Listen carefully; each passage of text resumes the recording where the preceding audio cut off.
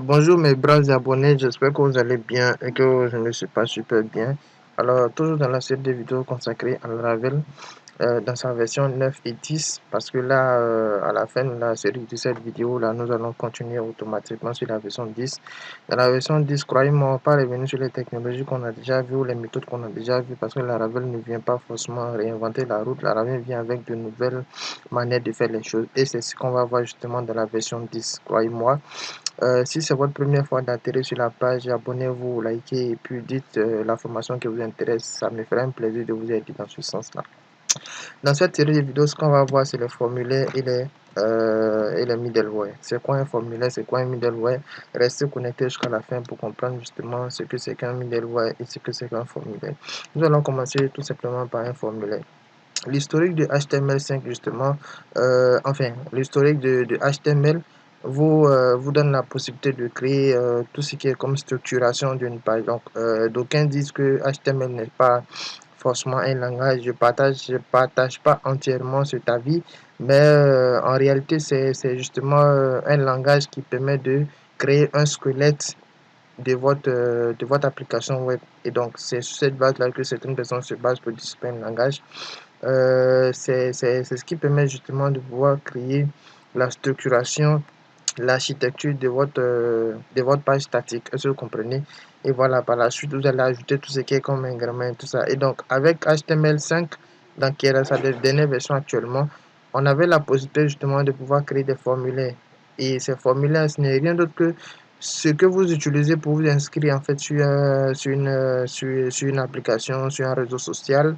Pas forcément faire de publicité, mais lorsque vous partez sur Facebook, vous allez vous inscrire, vous allez mettre votre nom, votre prénom, votre mot de passe et vous allez vous connecter naturellement. Après, on vous demandera de mettre votre numéro de téléphone, confirmer votre mot de passe et tout, d'accord? Ce sont des exemples de formulaires où vous allez atterrir sur une page de vente de produits où on vous demandera votre adresse mail.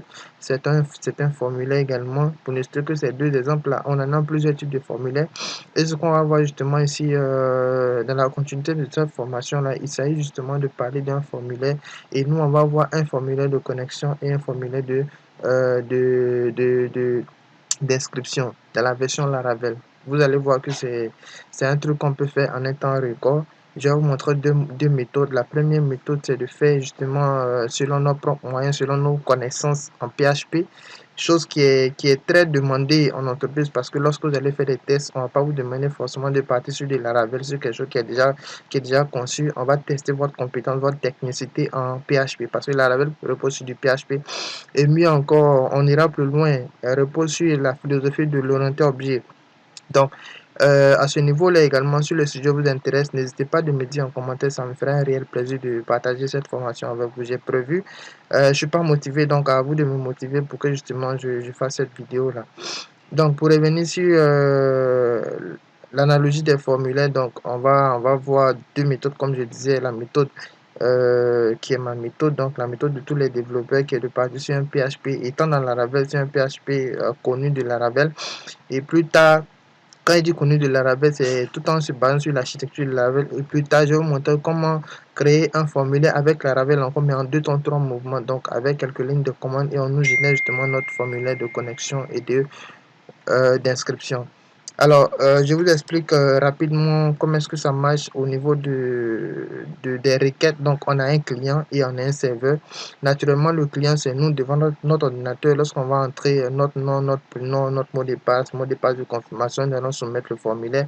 Bien avant de soumettre le formulaire, il y a une interrogation qui se fait au niveau du serveur. Parce que quand on va entrer facebook.com, il y a une requête qui va se faire justement vers un serveur et le serveur va répondre, on va envoyer justement le formulaire qu'on demande qui est donc le formulaire d'inscription. Et lorsque nous on va entrer justement nos informations, on va soumettre le formulaire, le formulaire va justement aller au niveau du serveur.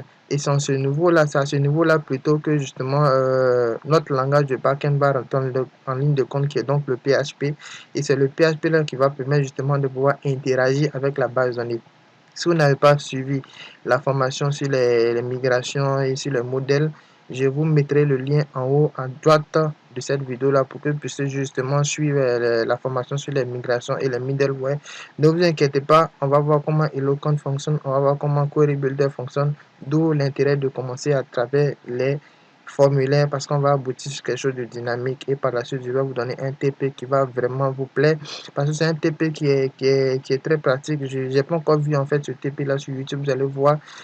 C'est un TP qui vous sera très bénéfique lorsque vous allez travailler sur un projet réel pour une entreprise, pour une application de gestion de ferme, pour ne citer que ces exemples-là. Vous allez voir que c'est incontournable dans une application qui demande l'implication de 2 ou 3 personnes pour gérer leur application. Donc, je vais pas trop en dire plus. Je m'arrête là. Et dans la seconde vidéo, on va voir justement notre premier formulaire. C'était une Intec. Restez connecté.